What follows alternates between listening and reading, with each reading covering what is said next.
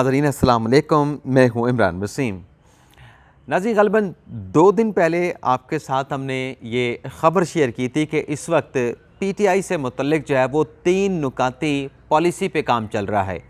हिकमत अमली जो अपनाई गई है इमरान खान साहब के हवाले से या PTI के हवाले से वो 3 नुकाती है, जिसमें एक मैंने आपको बताया था कि इस चीज़ पे काम चल रहा है कि ये जो बंदे इकट्ठे हो जाते हैं PTI के जलसों में, मजमे में, ये गारें के बंदे निकल के उमड़ के खान साहब के जलसों में कैसे पहुंच जाते हैं, रैलियों में कैसे पहुंच जाते हैं, इसका रास्ता कैसे बंद करना है, ये सुराख कैसे बंद करने हैं। और दूसरा उसमें नुक्ता ये था उस हिकमत अमली का, उस प्लान का, कि जो सोशल मीडिया के ऐसे किरदार हैं, जो सोशल मीडिया के चैनल चलाते हैं, जो बस खान साहब की बल्ले बल्ले करते हैं, ये नहीं देखते कि सच क्या है, हकीकत क्या है। अगर हकीकत मालूम भी है तो आवाम तक वो सच और हकीकत नहीं पहुंचाते, तो उनका भी जो है वो बेखकीनी की जाएगी, उनका भी कला कमा किया जाएगा। दूसरा पॉइंट ये बताया था। और तीसरा पॉइंट हमने आपको बताया था कि साबिक़ वज़ीर आज़म इमरान खान की फिर गिरफ़्तारी क्या आएगा, फिर इमरान खान के हवाले से चीज़ों को हतमी शक्ल दी जाएगी। तो जहाँ तक वो बंदे इकट्ठे करने वाले वो जो सुराख थे, वो जो चीज़ें थीं, वो तो ज़राए बताते हैं कि अब बंद कर दिए गए हैं। क्योंकि अब आप देखें कि पार्टी के जो ATM से जो सरकर्दा लोग थे, जिन्हें जिम्मेदारियां सौंपी जाती थी कि आप अपने हलकों से इतने हज़ार लोग लेके आएंगे खान साहब के जलसे में, इतने आप गाड़ियां भर के लाएंगे, इतने वैगन्स आप लेके आएंगे, KPK वालों को टास्क दिए जाते थे, अपर पंजाब वालों को, सेंट्रल पंजाब वालों को। तो अब आप देखें कि इतने लोग पार्टी को छोड़ के जा चुके हैं पाकिस्तान तहरीक इंसाफ को, कि आज के दिन में अली जैदी साहब, अब अली जैदी साहब ने चंद दिन पहले प्रेस कॉन्फ्रेंस की थी, उन्होंने कहा था कि मुझे यहाँ पर गोली मार दो तो तब तक मैं पाकिस्तान तहरीक इंसाफ छोड़ सकता हूँ, लेकिन उसके अलावा मैं पाकिस्तान तहरीक इंसाफ तब छोड़ूंगा जब इमरान खान साहब पाकिस्तान तहरीक इंसाफ को छोड़ के जाएंगे। लेकिन गोली भी नहीं लगी अली जैदी साहब को यहाँ पर, और खान साहब ने भी पार्टी नहीं छोड़ी। लेकिन आज अली जैदी साहब जो हैं वो पाकिस्तान तहरीक इंसाफ को छोड़ गए और PTI को छोड़ गए, सियासत को छोड़ गए। इमरान इस्माइल साहब ने भी पार्टी को खैराबाद कह दिया, और जाते जाते जो उन्होंने आखिरी मुकालमा इमरान खान साहब से किया, इमरान खान साहब खुदा हाफिज़, यानी प्रेस कॉन्फ्रेंस में उन्होंने इमरान खान साहब को खुदा हाफिज़ कहा। खान साहब के पास जाके उन्हें मिल के और फिर आखिरी मुलाकात करके खुदा हाफिज़ कहना भी उन्होंने नहीं मुनासिब समझा। प्रेस कॉन्फ्रेंस में इमरान खान साहब को मुखातब करके कहा इमरान खान साहब खुदा हाफिज़। अब न जाने खान साहब ने ज़मान पार्क में प्रेस कॉन्फ्रेंस देखी होगी, ये इमरान इस्माइल साहब जब ये कह रहे थे उसका खान साहब ने क्या जवाब दिया होगा, सर झटका होगा या सर पकड़ा होगा, ये खुदा बेहतर जानता है। लेकिन इमरान इस्माइल साहब ने का आखिरी जुमला इमरान खान साहब से मुतल्लिक ये था, मुकालमा ये था कि खुदा हाफिज़ इमरान खान।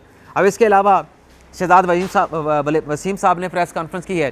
पहले तो लगा था वो पार्टी छोड़ेंगे, लेकिन उन्होंने 9 मई के वाक़यात की मज़म्मत की और फिर कहा कि अपने घर को जला के जो है वो चिरागा नहीं किया जा सकता। तो इनसे मुतल्लिक भी अभी शौकत शबात अपनी जगह पर मौजूद हैं कि आज उन्होंने प्रेस कॉन्फ्रेंस की है, 9 मई के वाक़े की मज़म्मत की है। और साथ में नाज़रीन जो छोड़ के जा रहा है वो ये कह रहा है कि हम 9-10 मई के पुरतशद्दुद वाक़यात की हम मज़म्मत करते हैं, इंक्वायरी की जाए और ज़िम्मेदारान को सज़ा दिलाई जाए। तो ये तमाम लोग बात कर रहे हैं। इसके अलावा हाशिम डोगर साहब छोड़ गए, राजा खुर्रम नवाज़ साहब छोड़ गए, समी चौधरी साहब छोड़ गए हैं, शौकत अली साहब छोड़ गए हैं, अपना मनसब डोगर साहब छोड़ गए हैं, अख्तर मलिक छोड़ गए हैं, तारिक अब्दुल्ला छोड़ गए हैं। अब इतने लोग जो है वो तहरीक इंसाफ को नाज़रीन छोड़ के जा चुके हैं।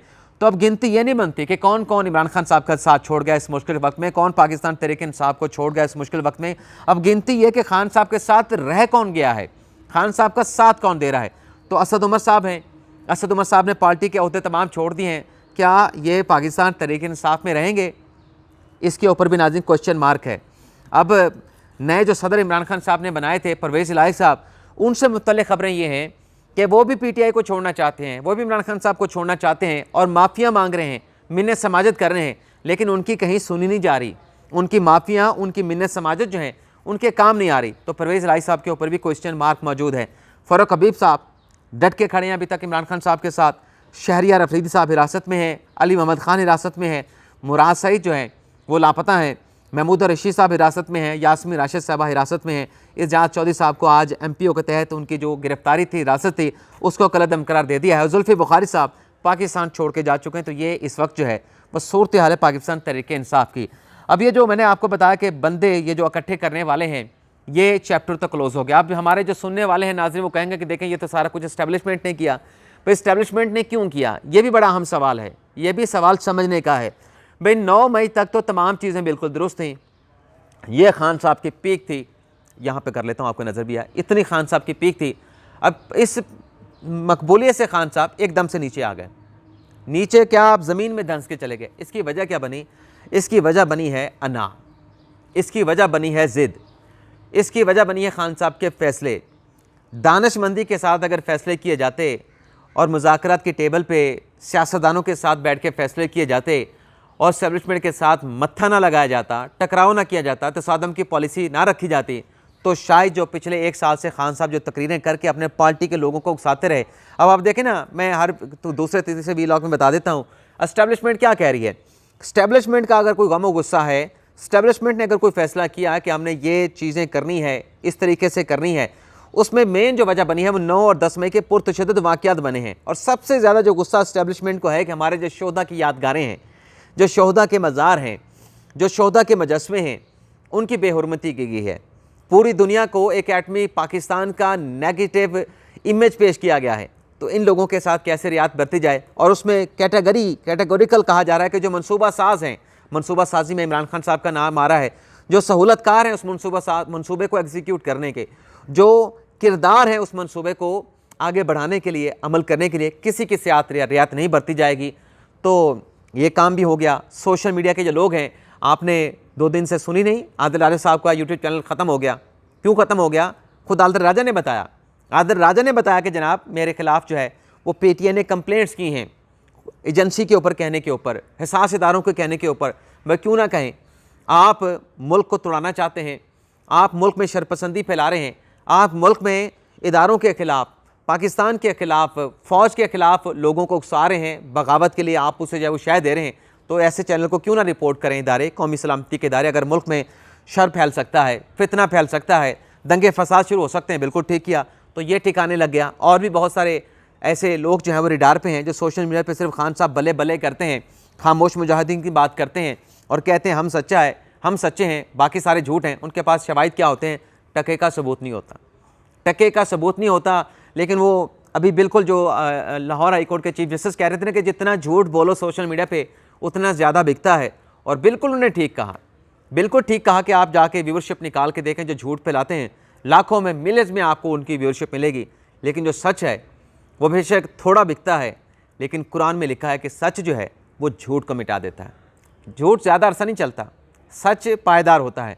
तो वो सोशल मीडिया वालों के ऊपर भी जो है वो आप यूँ कह लें कि काम हो रहा है और काफ़ी हद तक काम हो चुका है। अब है इमरान खान साहब की गिरफ़्तारी वाला मामला। वैसे तो आज मंसूर अली खान साहब ने खबर दी है कि हुकूमत को तजवीज़ दे दी गई है, ये एक तजवीज़ है कि खान साहब को गिरफ़्तार कर लिया जाए, घर में हाउस अरेस्ट कर दिया जाए, नज़रबंद कर दिया जाए और तमाम उनके कम्युनिकेशन जो के ज़राए हैं उनको बंद कर दिया जाए, मुनक़ता कर दिया जाए, खान साहब अकेले रहें।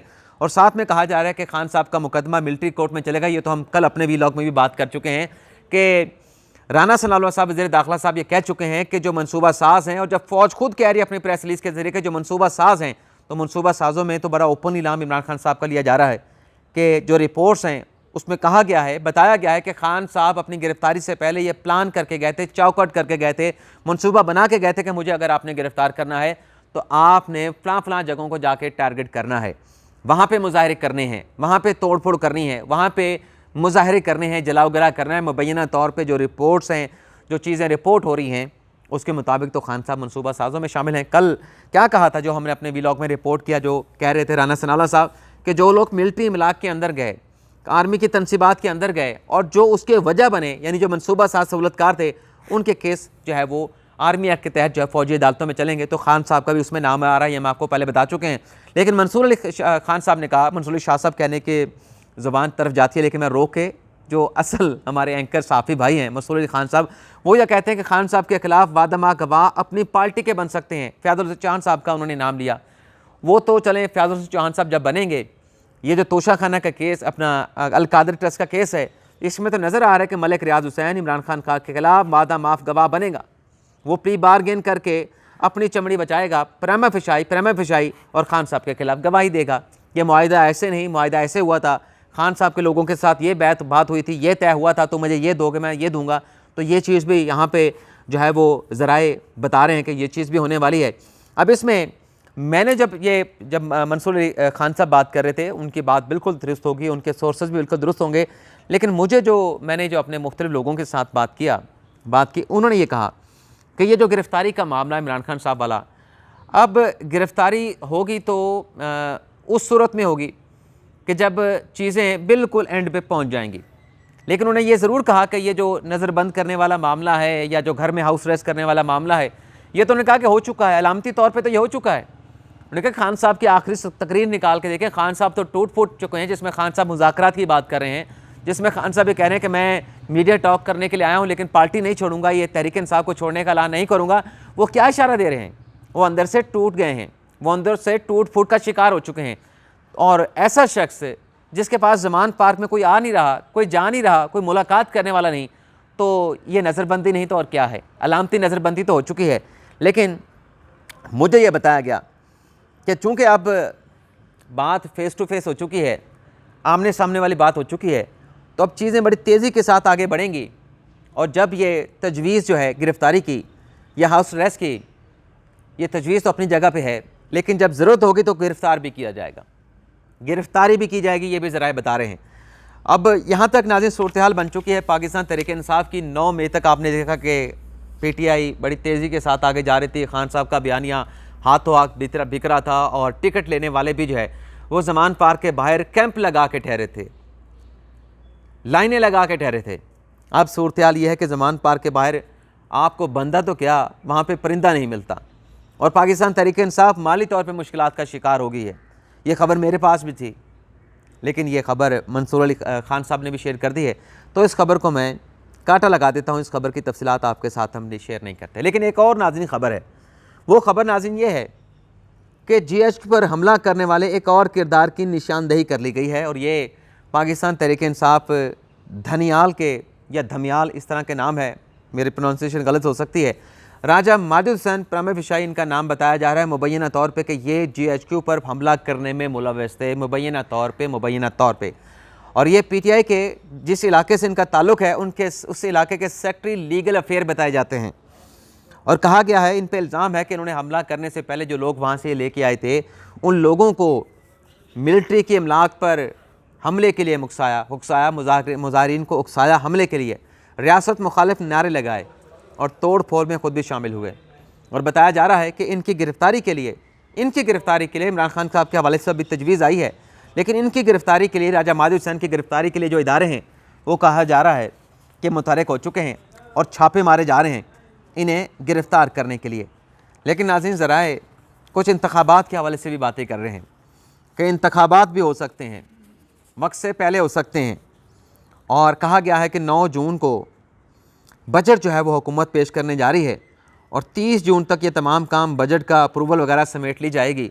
और अगर IMF के साथ मुज़ाकरात हो गए तो फिर तो बजट भी जो है वो बड़ा ज़बरदस्त किस्म का, और फिर मामलात आगे बढ़ेंगे, आगे चलेंगे। लेकिन अगर IMF के साथ मामलात आगे ना चले तो फिर वक्त से पहले इलेक्शन का ऐलान भी हो सकता है, लेकिन वो इलेक्शन फिर भी जाके अक्टूबर में होंगे। मैंने पूछा वो कैसे? उन्होंने कहा जी अगर जुलाई के मिड में जाके, बजट पेश करने के बाद जुलाई के मिड में जाके अगर इलेक्शन का ऐलान कर दिया जाए तो जुलाई मिड के आगे फिर आपको 3 महीने के अंदर इलेक्शन कराना है।